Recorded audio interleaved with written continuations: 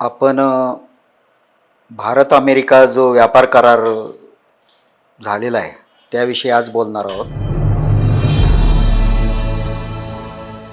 आज आपल्याला भारत अमेरिका जो व्यापार करार झाला त्याविषयी बोलायचं आहे.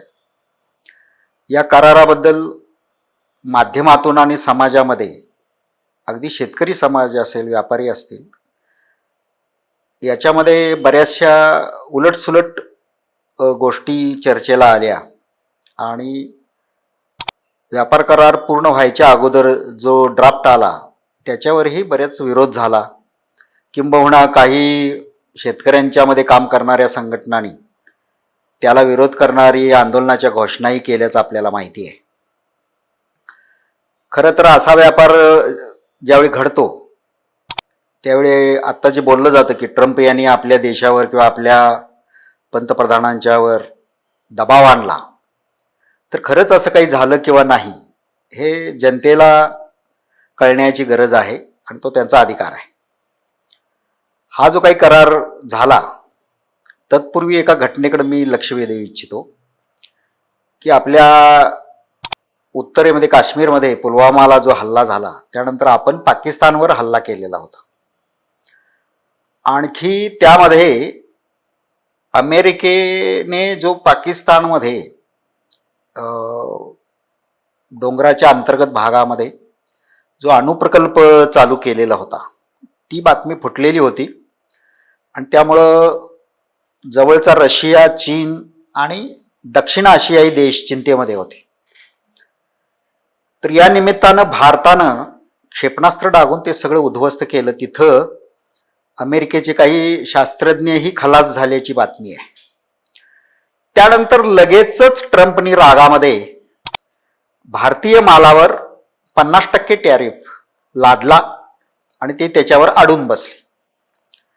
भारतीय मालावर त्यापूर्वी 3% टॅरिफ होता आणि या घटनेनंतर मात्र अमेरिकेचं आणि ट्रम्प यांचं पित्त खवळलं. असा व्यापार थांबवणं किंवा अव्वाच्या सव्वा टॅरिफ लावल्यामुळं भारतीय माल अमेरिकेत जाण्याच्या मर्यादा या सगळ्या गोष्टी लक्षात घेऊन त्याचं निराकरण करणं हे आपल्या वाणिज्य मंत्रालयाकडून किंवा परराष्ट्र मंत्रालयाकडून झालेलं आहे. आणि त्यानंतर जो आत्ता करार होऊ घातलेला आहे किंवा जो ड्राफ्ट आलेला आहे त्यामध्ये तो 50%वरचा टॅरिफ 18%वर आणलेला आहे. आता तो 3% पहिला होता तो 18% झाला म्हणजे 15% वाढलाच असा विचार करणारे अनेक लोक आहेत. अशा अनेक राजकीय जे विरोधक आहेत जे सत्ताधाऱ्यांच्या विरोधात काम करतात किंवा काही संघटनाही ज्या अशा विरोध करणाऱ्या आहेत त्यांनी हे बाजू लावून धरलेली आहे की 3%चा टॅरिफ 18% झाला म्हणजे वाढलाच, यात भारतानं काय मिळवलं. यापूर्वी भारत हा जो गोष्टी निर्यात करायच्या त्या सगळ्या गोष्टीमध्ये आपल्या गोष्टी किंवा आपल्या वस्तू किंवा आपली निर्यात ही अमेरिकेतून आपण जे आयात करतो त्यापेक्षा जास्त होती.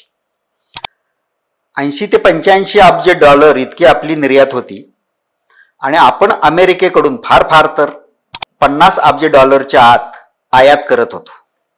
त्यामुळे हा घाट्याचाच सौदा अमेरिकेसाठी होता आणि अमेरिकेला त्यांच्या आर्थिक फायद्यासाठी या ना त्या कारणाने अशा अनेक ज्या विकसनशील देश आहेत त्यांच्यावर अशा प्रकारे व्यापारी क्षेत्र वाढवणं, ग्राहक वाढवणं हे त्यांचं पूर्वीपासूनचं उद्दिष्ट आहे.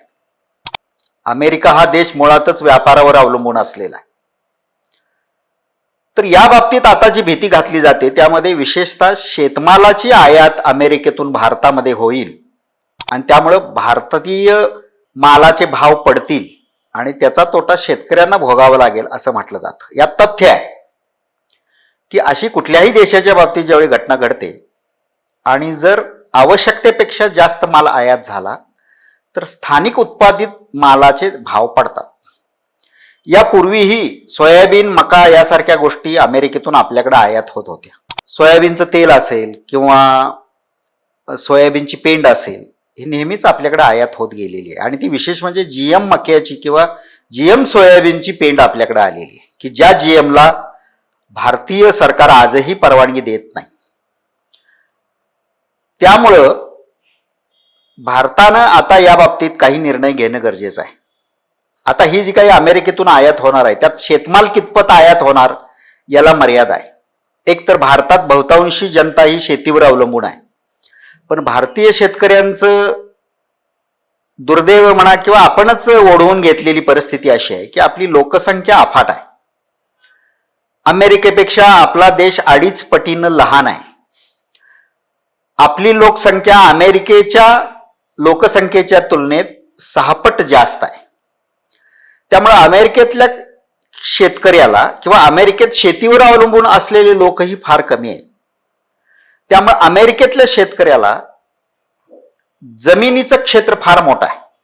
एक एक शेतकरी हजारो एकर जमिनीचा मालक आहे. आपल्या इथं जमिनीचे इतके तुकडे झालेले आहेत की आपण फार छोट्या क्षेत्राचे सगळे मालक आहोत. आणि शेतीमालाच्या बाबतीत असं म्हटलं जातं की असा माल जो आपल्या शेतात पिकतो की जो खाद्यान्नच आहे तो शेतकरी पहिल्यांदा काही प्रमाणात आपल्याला जे वर्षभर लागेल तो ठेवून घेतो. एखाद्या शेतकऱ्याचं 10 क्विंटल उत्पादन असतं आणि त्यातले खायला तो 4 पोती ठेवून घेतो, त्यावेळी बाजारात तो फक्त 6च पोती पाठवू शकेल. पण याच तुलनेत अमेरिकेतल्या शेतकऱ्याचे जर 500 एकर क्षेत्रावर तेच पीक घेतलं असेल तर तोही 10 पोती ठेवून घेईल, पण उरलेलं जे काही 500 एकरात पिकलेलं धान्य आहे ते तो बाजारात न्यायला मोकळा आहे. त्यामुळं वेगवेगळ्या देशातून भारतात शेतमाल आयात होतो ही खरी परिस्थिती आहे आणि याचं कारण आपली लोकसंख्या. तर या सगळ्या परिस्थितीमध्ये आपल्याला हालचाल करायला मर्यादा आहे. दुग्धजन्य पदार्थही आपल्याकडे येणार आहेत असं सांगितलं जातं आणि विशेषतः ते शाकाहारी नसलेलं दूध येणार आहे. म्हणजे तिकडच्या गायींना वाळलेलं मांस किंवा वाळलेली हाडे वगैरे घातली जातात आणि म्हणून त्यापासून निघालेलं दूध हे आपण शाकाहारी मानायला तयार नाही. तर तेही येण्याची भीती आहे. व्यापार हा नेहमी मागणी आणि पुरवठा या मुद्द्यावरच चालतो. आपल्या देशामध्ये एखादी गोष्ट जास्त तयार झाली किंवा एखादा शेतमाल भरपूर पिकला, आपल्या जनतेला पुरेल एवढा पिकला, तर तो जास्त झालेला माल आहे तोच आपण विकू शकू. आपल्याच देशात जर शेतमाल कमी पिकला आणि आपली गरज जास्त असेल तर फरकाचा जो काही शेतमाल आहे तो आपण वेगवेगळ्या देशातून आयात करू. म्हणजे संधी ही कमी माल पिकला त्यावेळीच इतर देशांना निर्यात करायची संधी मिळते हे लक्षात घ्या. दुसरी एक गोष्ट या बाबतीत घडते ती अशी की भारतीय बाजारामध्ये भारतीय शेतकऱ्यांनी पिकवलेल्या मालाचे जे दर आहेत आणि त्यापेक्षा अमेरिकेसारख्या किंवा इतर कुठल्याही देशातून माल आयात केल्यावर आयात खर्चासह तो माल जर भारतात कमी किमतीला राहत असेल तर ती आयात होईल. आणि आमचं असं म्हणणं आहे की ग्राहकाला त्याचे अधिकार आहेत. स्वस्तात माल मिळवण्याचे ग्राहकाला अधिकार आहेत. माझा माल महागडा असला तरी तुम्ही घेतलाच पाहिजे अशी सक्ती शेतकरी करू शकत नाही. प्रश्न आहे तो अशा प्रकारे आयात मालाचे दर जास्त असतानाही आयात होईल ही जी भीती घातली जाते ती निरर्थक आहे. असा माल कोणीही व्यापारी उद्योजक आणणार नाही की ज्याचं मूल्य आवाच्या सव्वा आहे, भारतीय बाजारपेठेतल्या मालापेक्षा जास्त आहे, तो इथं आणून किंवा त्याच्यावर काही प्रक्रिया करून तो इथं विकायला गेला तर ते त्याला महागात पडेल. त्याच्याऐवजी तो देशांतर्गत जो माल पिकलेला आहे तोच खरेदी करेल. आणि हे बघता अमेरिकेच्या मालाचा उत्पादन खर्च अधिक त्याचा वाहतूक आणि इकडे आणून इतर जो काही खर्च आहे तो सगळा बघता तो माल भारतीय मालापेक्षा स्वस्त राहणार आहे का हा सगळ्यात महत्वाचा मुद्दा आहे. मगाशी म्हटल्याप्रमाणे जर भारतातच माल कमी असेल, पिकला असेल आणि तो बाहेरून आणून भारतीय बाजारपेठेची गरज पूर्ण करायची असेल तर त्याला इलाज नाही. पण त्यामुळं भारतीय मालाचे भाव फारसे घसरणार नाहीत कारण त्याचा ग्राहक ठरलेला आहे. दुसरं म्हणजे माल घ्यायचा किंवा नाही, आयात करायचा किंवा नाही हे इथले व्यापारी उद्योजक यांच्या मनावर आहे. याबाबत सरकार सक्ती करू शकणार नाही. इथं जर सरकार काही अनुदान देऊन जर शेतमालाचे भाव पाडून ग्राहकांचं हित बघत असेल तरच ती बाब इथल्या शेतकऱ्याच्या दृष्टीनं गंभीर ठरणार आहे. आज इथं ज्या अडचणी आहेत त्या मुळातच आयात मालापेक्षा भारतातलं सरकार जे 80 कोटी जनतेला स्वस्तामध्ये किंवा फुकट धान्य देतं हीच इथल्या शेतकऱ्यांची सगळ्यात मोठी समस्या आहे. किंवा कांद्यासारखा माल 2018 पासून, अलीकडची घटना बघता 2018 पासून निर्यातच होऊ देत नाही. त्यामुळे कांदा उत्पादकांचे गेली 8 वर्ष जे नुकसान झालेलं आहे, अशा धोरणामुळे खरं तर शेतकऱ्यांचं जास्त नुकसान झालेलं आहे. पण जे विरोधक या कराराविरुद्ध बोलतायत ते या गोष्टीला अग्रक्रम देत नाहीत. आणि म्हणून इथल्या सरकारचं धोरण जर इथल्याच शेतकऱ्यांचं हित करायचं असेल तर आपली निर्यात ही खुली झाली पाहिजे. जसं समजा सोयाबीन इकडं आलंच तर भारतीय सोयाबीन जर इथल्या शेजारच्या किंवा अरब राष्ट्रांना किंवा शेजारच्या काही राष्ट्रांना किंवा दक्षिण आशियाई राष्ट्रांना हवे असेल आणि ते जर निर्यातीला तुम्ही मुभा दिली तर देशांतर्गत शेतमालाचे भाव पडण्याचा धोका टळणार आहे. या सगळ्या गोष्टीसाठी आपला सरकारवर दबाव असला पाहिजे की शेतमालाचे भाव हे आयात मालामुळे पडता कामा नयेत, किंबहुना ते उत्पादन खर्चापेक्षा जास्त राहिले पाहिजेत. यासाठी भारतातील जनतेने किंवा शेतकऱ्यांनी आपल्याच सरकारवर नेहमी दबाव ठेवला पाहिजे आणि त्या दृष्टीनं आपण काम केलं पाहिजे. त्यामुळं बाहेरून येणाऱ्या मालाची भीती जी घातली जाते ती विचार केली तर जोपर्यंत या गोष्टीचे व्यवहार घडत नाहीत आणि जोपर्यंत तो धोका समोर प्रत्यक्षात येत नाही तोपर्यंत बोलण्याला काही अर्थ नाही. आपल्या ज्या संध्या निर्यातीच्या आहेत त्याबाबत आपण आग्रही राहिलं पाहिजे. त्यासाठी आपण नेहमी प्रयत्नशील राहिलं पाहिजे. अशा अनेक गोष्टी आहेत. आपलं दूध पूर्वी चीनला जात होतं, पण आपण दूध आणि दुग्धजन्य पदार्थांच्या निर्यातीवर बंधनं घातली आणि त्यामुळे दुधाचे दर वाढलेले नाहीत. पण दुधाचा उत्पादन खर्च वाढल्यामुळं आज कसदार दूध भारतीय जनतेला मिळत नाही. भेसळ प्रचंड प्रमाणात वाढलेली आहे. इथल्या ग्राहकांचीही ही जबाबदारी आहे की शेतमाल स्वस्त राहिला पाहिजे ही जी त्यांची नेहमी मागणी असते. किंवा शेतमालाचे जरा जरी भाव वाढले, अगदी कांद्याचे भाव वाढले, दुधाचे भाव वाढले, गव्हाचे दर वाढले, अगदी गव्हापासून बनलेल्या ब्रेडचे दर वाढले, तरी जे काही रस्त्यावर उतरून दंगा करतात त्यांच्या ही गोष्ट लक्षात येत नाही की अशा पद्धतीनं उत्पादन खर्चा इतकाही भाव जर इथल्या शेतकऱ्यांना मिळू नाही दिला तर आपल्याला जो स्वस्तात माल मिळतो तो स्वस्तात राहत नसून भेसळीचा माल मिळतो आणि त्याचा आपल्या आरोग्यावर परिणाम होतो. हे त्यांनी लक्षात घेतलं पाहिजे. आणि म्हणून ग्राहकांनीही या गोष्टीची चिंता केली पाहिजे की त्यांना भेसळयुक्त माल न मिळता चांगल्या दर्जाचा माल त्यांना मिळाला पाहिजे. आज जी अमेरिकेकडे आपली निर्यात होते त्यामध्ये बहुतांशी निर्यात ही औद्योगिक मालाची किंवा प्रक्रिया केलेल्या मालाची आहे आणि ती बाजारपेठ अबाधित ठेवणं ही आपली जबाबदारी आहे. या बाबतीत आपल्याला FDI मुळे फायदा झालेला आहे. अनेक त्यातल्या गोष्टी अशा आहेत की ज्या अमेरिकेतल्याच कंपन्या इथं येऊन इथला वीज, पाणी, जमीन, मजूर स्वस्तात मिळाल्यामुळं इथंच उत्पादित केलेला माल परत त्यांच्या देशात निर्यात होतो आणि तोही त्यांना स्वस्तात मिळतो. म्हणून अमेरिका अशा काही औद्योगिक गोष्टी किंवा अगदीच आपण तयार केलेली औषधं वगैरे ते आयात करतात. 50% टेरिफवरून 18% आला आणि तो 18% ही उद्या कमी होऊ शकतो. त्यासाठी त्यांच्या देशातल्या व्यापारी, उद्योजक किंवा आयातदारांनी यासाठी तिथं सरकारवर दबाव टाकला पाहिजे किंवा आपल्या इथल्या निर्यातदारांनी तिथल्या आयातदारांना संपर्क करून त्यांच्या सरकारवर हा दबाव आणायला लावला पाहिजे की 18% टेरिफ त्यांनी कमी केलं पाहिजे. तर हे घडू शकतं. आणि म्हणून आत्ता जो राजकीय रंग या गोष्टीला दिला जात आहे तो राजकीय रंग न मानता अर्थशास्त्राच्या दृष्टीने त्या गोष्टीकडे बघितलं तर आजही भारतीय शेतकऱ्यांची आशा अबाधित आहे.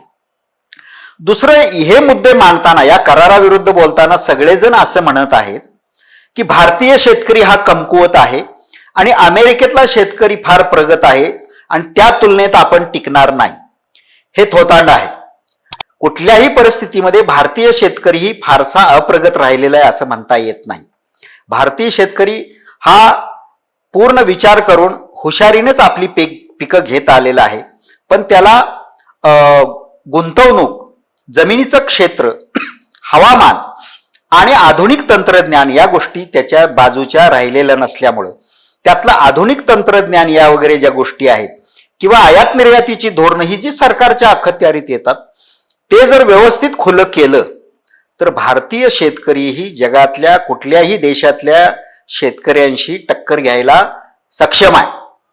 त्यामुळे नेहमी भारतीय शेतकऱ्यामध्ये न्यूनगंड पसरावा, त्याचं मानसिक खच्चीकरण व्हावं अशी विधानं कुठल्याही राजकीय संघटनांनी किंवा पक्षांनी अजिबात करू नये. कारण हे वारंवार भारतीय शेतकऱ्यांनी दाखवून दिलेलं आहे की तोही दर्जेदार उत्पादक आहे, तोही उत्तम प्रकारचे उत्पादनं वेगवेगळी उत्पादनं घेऊ शकतो. आज आपण अरब राष्ट्रांना किंवा शहराच्या अनेक राष्ट्रांना फळं भाज्या देतो आहोत, त्यामध्ये कुठल्याही प्रकारची तक्रार नाही. अत्यंत उत्तम रीतीनं तो प्रकार किंवा ती निर्यात आपली चालू आहे. आज समजा जर अमेरिकेनं आपला माल 18% टेरिफ लावल्यामुळे त्यांना महाग वाटला आणि जर तो तिथं खपत नसेल तर जवळजवळ 225 पेक्षा जास्त या पृथ्वी तलावर देश आहेत. आपल्यासाठी बाजारपेठ खुली आहे, आपल्यासाठी अनेक दरवाजे उघडे होऊ शकतात.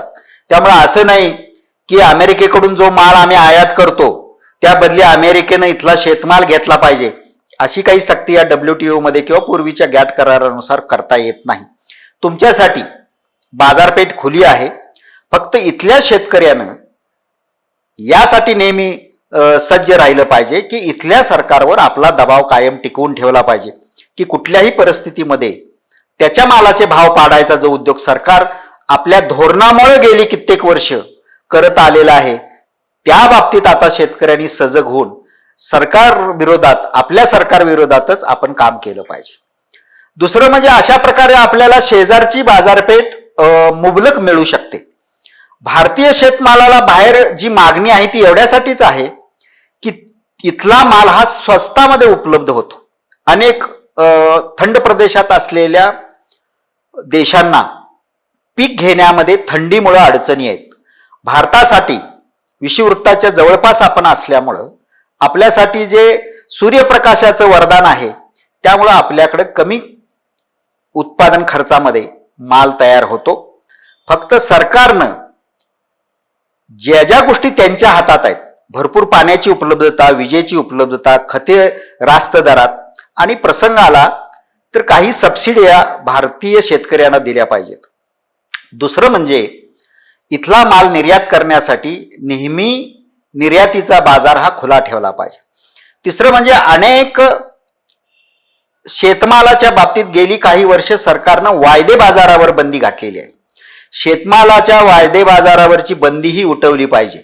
भविष्यामध्ये या शेतमालाला काय भाव मिळू शकेल याचा आजच अंदाज आला तर इथले शेतकरी असतील, व्यापारी असतील, उद्योजक असतील, ते मालाचं त्या प्रकारे विनिमय करू शकतील की ज्यामुळं आज माल तो ठेवून घेता येईल. जर पुढे भाव मला मिळणार असतील तर तो माल मी साठवून ठेवू शकतो. पण आज मला पुढचे भावच कळत नसतील तर मी घाईघाईमध्ये आमचा शेतमाल विकतो आणि पुढे जर भाव वाढले तर त्याचा फायदा शेतकऱ्याला मिळत नाही. हे दुर्दैवाची गोष्ट आहे. त्यामुळं बऱ्याचशा गोष्टी स्थानिक इथल्या देशांतर्गत सरकारवरच अवलंबून आहेत आणि या सगळ्या गोष्टी ध्यानात घेऊन या कराराकडे शेतकऱ्यांनी किंवा लोकांनी इथल्या बघितलं पाहिजे. उगच भीती घालणं किंवा नकारात्मक दृष्टीनं इकडे बघणं हे सोडून दिलं पाहिजे. अशा प्रकारच्या घटना यापूर्वीही घडलेल्या आहेत. त्यामुळे अमेरिकेनं टेरिफ वाढवला याचा बाऊ न करता ती एक संधी समजून, एक तर आपल्याकडे प्रक्रिया उद्योग फार कमी आहेत, शेतमालावर प्रक्रिया करून तो माल अमेरिकेत पाठवला आणि तो जर 18% टॅक्स नंतरही त्यांना स्वस्त पडत असतील तर अशी बाजारपेठ आजही आपल्यासाठी खुली आहे. फक्त आपण तिथं सक्षमपणे काम करून तेवढ्या दर्जाचा माल तिकडे दिला पाहिजे. कारण तिथलेही स्थानिक जे ग्राहक आहेत, तिथले जे नागरिक आहेत, त्यांच्यावरही महागडा माल घ्यावा असं सक्ती, स्थानिक बाजारपेठेत पिकला म्हणून तो कितीही किमतीला तुम्ही घ्यावा असं अमेरिकेचं सरकार तिथल्या नागरिकावर सक्ती करू शकत नाही. त्याचाही लाभ आपल्याला उठवता येईल. दुसरी गोष्ट म्हणजे GM बियाणं जे अमेरिकेत वापरली जातात, सोयाबीनच्या बाबतीत, मक्याच्या बाबतीत आणि इतर अनेक बाबतीत, अगदी आपल्या शेजारच्या बांगलादेशामध्येही वांग्यासारख्या भाज्या किंवा ह्या GMच्या आहेत. पण भारतीय सरकार जे या बाबतीत तंत्रज्ञान स्वातंत्र्य अगदी कापसाला असेल, वांग्याला असेल, इतर भाज्यांना असेल, मोहरीला असेल, सोयाबीनला असेल, हे जे मिळू देत नाही, हे भारतीय सरकारचं जे काही नाकर्तेपण आहे किंवा जो आपण म्हणू की भारतीयच शेतकऱ्यांच्यावर अन्याय करण्याचं इथल्या सरकारचं जे धोरण आहे ते अत्यंत क्रूरतेचं आहे. तुम्हाला आयात केलेला जीएमचा माल इथं खायला चालतो, मग इथल्या शेतकऱ्यांना जीएम उत्पादन करण्याचा अधिकार का नसावा? आपण इथंही स्वस्तामध्ये कापूस तयार करू शकतो, इथंही सोयाबीन उत्पादित करू शकतो, इथंही आपण मक्याचं उत्पादन घेऊ शकतो, अगदी भाजीपाल्यांचंही उत्पादन घेऊ शकतो. पण त्यासाठी आधुनिक तंत्रज्ञानाचं बियाणं इथल्या शेतकऱ्यांना मिळू देण्याची जबाबदारी ही सरकारची आहे. गेली कित्येक वर्ष हा लढा आम्ही लढतोय, पण सरकार काही बदलत नाही किंवा या मुद्द्यावर शेतकरीही सरकारवर दबाव टाकत नाहीत किंवा अगदी मतदानात सुद्धा त्याचा कुठेही बदल दिसून येत नाही. आणि या सगळ्याचे भोग इथल्या शेतकऱ्यांना भोगावे लागतात. त्यामुळे केवळ अमेरिकेच्या करारामुळेच काही इथं घडणार आहे ना अघटित घडणार आहे आणि इथला शेतकरी मरणार आहे. अनेक वेळा हे पूर्वी झालं. ज्यावेळी गॅट करार आला त्यावेळी इथल्या डाव्या चळवळींनी किंवा समाजवाद्यांनी इथल्या शेतकऱ्यांना भीती घातली की आता तुम्हाला तुमच्याच शेतात पिकलेल्या धान्यापासूनचं बियाणं वापरता येणार नाही, आता आयात केलेलं त्या कंपन्या सांगतील त्या दराचंच बियाणं वापरावं लागेल. असं काहीही घडलेलं नाही. या टेरिफच्या बाबतीत ही आता जो शेतमाल येणार आहे त्यामुळे इथल्या बियाणांचा काही उपयोग होणार नाही, आयात केलेलंच बियाणं तुम्हाला वापरावं लागेल. असल्या काही ज्या काही भाकडकथा किंवा जे काही खोटं सांगितलं जातं ते सगळ्या शेतकऱ्यांनी त्याच्यावर अजिबात विचार करू नये. असं काही होणार नाही, अशी कुठलीही बंधनं या करारात नाहीत. आणि त्यामुळं आता मी म्हटल्याप्रमाणे भारताला ही एक प्रकारे संधी आहे, कारण मुळातच अमेरिकेला आपण फारसा शेतमाल विकत नाही, त्यामुळे आपल्याला घाबरण्याचं काहीच कारण नाही. सगळ्या देशांनी काही इतक्या टक्क्यानं आपल्यावर टेरिफ वाढवलेलं नाही. किंबहुना आता याही बाबतीत 18% टेरिफ जो आहे तो शेजारच्या पाकिस्तान, बांगलादेश, व्हिएतनाम यासारख्या देशावर जो अमेरिकेनं टेरिफ लावलेला आहे त्यापेक्षा भारतावर कमीच आहे. त्यामुळे त्या तुलनेत आपल्याला ही संधी आहे की आपणही हा माल निर्यात करू शकतो. आणि अगदीच अमेरिका या देशाला निर्यात नाही झाला तरी शेजार पाजारच्या किंवा अगदी आफ्रिकन किंवा उत्तरतील काही जे अनेक देश आहेत, पूर्वेतील देश आहेत किंवा दक्षिण आशियाई देश आहेत, या सगळ्यांना आपण माल देऊ शकतो. फक्त इथल्या सरकारनं ही धोरणं किंवा असे नियम आखले पाहिजेत की देशांतर्गत लोकांना स्वस्तातच माल देऊन त्यावर मतं मिळवून आपलं सरकार कसं टिकेल, लोक स्वस्तात खाऊन आपल्यालाच मतं कसं देतील, त्यासाठी भलेही शेतकरी मेला तर चालेल, त्याला निवडणुकीपुरत काही जेवण देऊन किंवा वरकड पैसे देऊन त्याला त्याचं मत आपण फुकट मिळवू, ही नीती फार काळ आपण शेतकऱ्यांनी चालू देता कामा नये.